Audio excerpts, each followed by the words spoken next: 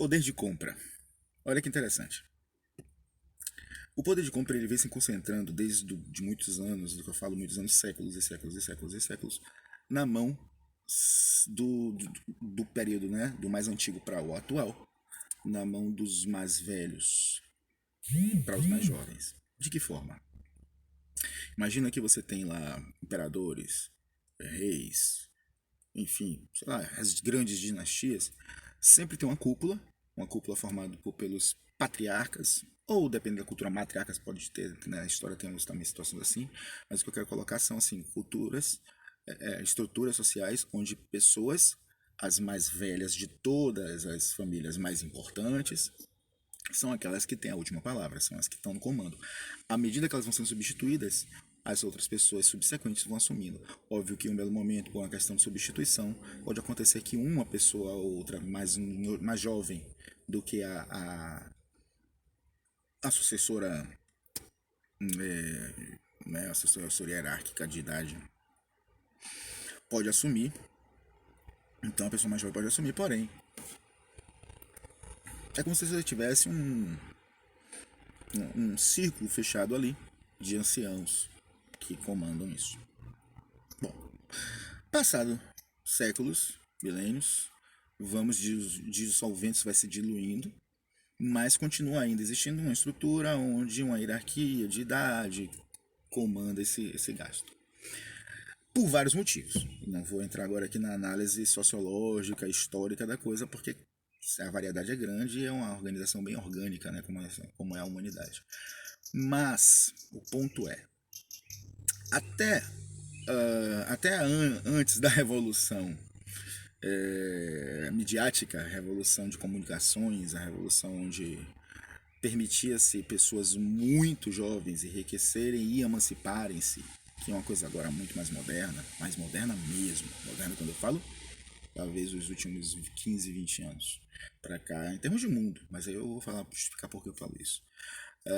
Uma situação onde vem se diluindo esse poder de compras, e ele poder de compra ele vai sendo ele vai ter uma divisão agora por faixa etária. As pessoas começam cada vez mais a ficarem menos ligadas às estruturas de origem, ou seja, uma estrutura de familiar que venha trazer essa renda ou coisas do gênero, e passam a conseguir a independência cada vez mais cedo, né, saindo de casa e indo ganhar suas vidas e trabalhar e etc. E aí esse poder de compra, durante um período, século passado, século XX, começa a se concentrar naquela população em torno de seus 30 a 60 anos. Né? Acima um pouco disso, 70, 80, você já vai começando a perder esse público porque ele começa a ter esse dinheiro, às vezes, muitas vezes, ou administrado por um filho ou por alguém. E abaixo disso, normalmente, são pessoas que ainda não têm o poder de compra ainda estabelecido na própria vida. Ou seja, a gente tem um período grande aí onde esse poder de compra está nessa faixa etária. Ok. O que acontece com a virada, né, de novo, de agora de século? A gente tem um boom de comunicação no mundo, a gente tem um estourar de estrelas, já era normal, né, no século XX aparecerem crianças explodindo e fazendo sucesso e ganhando dinheiro, mas quem controlava tudo, toda a parte financeira e o poder de compra ainda eram os pais, e ainda era esse pessoal dessa faixa etária acima dos 30, 25, ainda é bem jovem nesse período que eu estou falando, mas ele ainda está começando a atingir esse poder de compra. Um poder aquisitivo que eu falo de poder realmente decidir quem é que na sociedade define o valor das coisas e que vai comprar ou não. Né? Mas se a gente pegar as propagandas feitas, né, a Estrela, por exemplo, genialmente estabelece um dia da criança, a semana da criança para depois estabelecer o dia da criança no dia de Santa Bárbara. Ela, na verdade, ela faz uma campanha de provocação para que os pais comprem os presentes dos filhos. Quando você tem um trabalho focado para adolescentes, na verdade é um trabalho para que o adolescente faça o apelo aos pais para que ele compre. E assim por diante. Então você, na verdade, faz um apelo ao idoso para que ele solicite. E você tem o poder de compra concentrado em uma faixa etária muito específica, que dura durante certo tempo. Bom, aí chegamos agora. De um tempo para cá, cada vez mais pessoas jovens têm passam a admitir adquirir esse poder de compra, esse poder de decisão. E dessa forma, principalmente com a questão da hiperconectividade, ou seja, você pode, sei lá, com 14 anos, estar independente e milionário porque você foi um streamer de um jogo e tem muita gente botando dinheiro para você fazer propaganda dentro do seu canal, etc.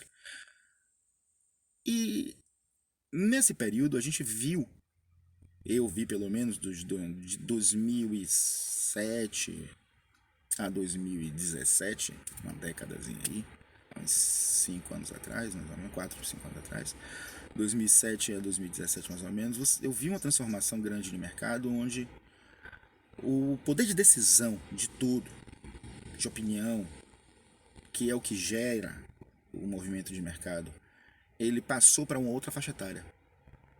Então, assim, porque a partir do momento em que tem uma questão muito interessante que é quando você não está usando a rede social está te usando, né? Tem essa máxima aí que gira hoje em dia no discurso mundial. Mas ela faz bastante sentido em vários momentos, sim, e ela, na verdade, ela reflete, por exemplo, situações onde uma rede como um TikTok, um Instagram, ou um Kawaii, ou qualquer outra rede dessas que hoje são dominadas, principalmente o TikTok e as similares, são dominadas por jovens, bem jovens, no sentido de 12, 13, 14, 11. Se é por ali, aquele que é o público, então é aquele público que vai ditar para onde é que aquela rede vai. Se a faixa etária hoje mais empoderada financeiramente, que mais toma decisões e que mais é engajada em agir, em provocar e pedir, questionar e falar, é uma faixa etária de 20 e poucos anos, então vai ser essa a faixa etária ouvida. A galera que passou dos 30 e pouco para 40, hoje em dia no mundo, na velocidade do mundo hoje, então, esse daí vira um público meio que obsoleto. Ele é aquele público que você vai levando ele até ele terminar a vida dele ali, mas no final das contas a grande conglomeração financeira está de olho nesse público jovem que vem com essas demandas de proporções mundiais, e é bem diferente da cultura até de que tem mais idade, porque não está nem acostumado a ser mundial, está acostumado a ser local e está tentando brigar para ver como é que sobrevive no mundo mundial. A globalização que eu via tanto falar na minha infância e adolescência, na verdade ela está engolindo um monte de gente. E aí eu chego num ponto de reflexão sobre tudo isso, que é o seguinte: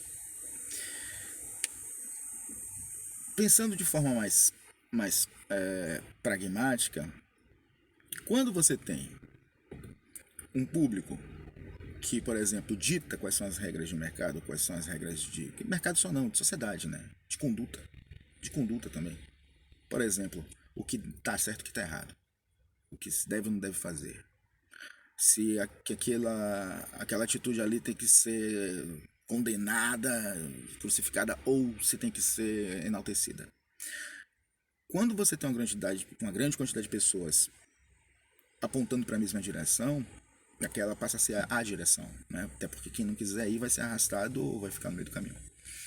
Mas isso já não era muito bom na mão de adultos mimados nas suas próprias vidas, que passaram a vida inteira esperando o momento de poder mandar e fizeram do seu processo de vida, na verdade, uma eterna repetição dos seus antecessores.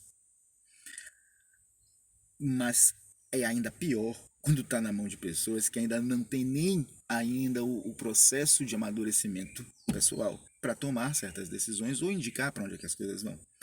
Afinal, uma das questões do jovem, uma das primeiras premissas do jovem, é que por ser jovem, ele está aprendendo. Por mais que ele entenda ou acredite que saiba as coisas, mas ele está aprendendo. E esse aprendizado é um aprendizado que ele vai viver e ele vai entender que ele passa por etapas, ou seja, até uma certa idade, até uma certa etapa, você tem uma consciência de si. Quando você passa disso, passa para uma outra etapa, sei lá, 1 década, 2 décadas, você começa a ter uma outra consciência de si e assim por diante. Por mais que a pessoa tenha gente que pode amadurecer mais cedo, outras mais tarde, mas isso indifere, porque os que amadureceram mais tarde, na verdade, eles demoraram ou não amadureceram, e os que amadureceram mais cedo vão continuar amadurecendo também. uma coisa não encerra a outra. Mas a questão é, você, da maturidade que tem hoje, terá uma outra à medida que continuar vivo durante mais algumas décadas. E aí é que entra o ponto crucial da história. É um mundo que vai estar sendo, ele está sendo e vai continuar sendo durante algum tempo ainda aí, guiado por uma, uma massa de pessoas cheias de desejo, de vontade, de ideias, de entendimentos, com pouca experiência de vida e com muita certeza do que está fazendo. E sabe quem é que vai desbancar essas pessoas? As crianças. Agora pensa como é que vai ser o mundo. Onde as crianças vão decidir para onde é que as coisas vão, para onde é que o mercado deve ir, para onde é que as decisões têm que acontecer, porque elas são a maioria da atenção de tudo que geram e compram e fazem acontecem. Como é que vai ser isso? É muita onda, velho. O mundo tá virando de cabeça para baixo porque a gente tá começando a entrar, na verdade, num redemoinho. Até sair desse redemoinho, desse furacão, ver o que, que sobrou do vento levou. Vai ser muita coisa pela frente. Boa sorte pra nós.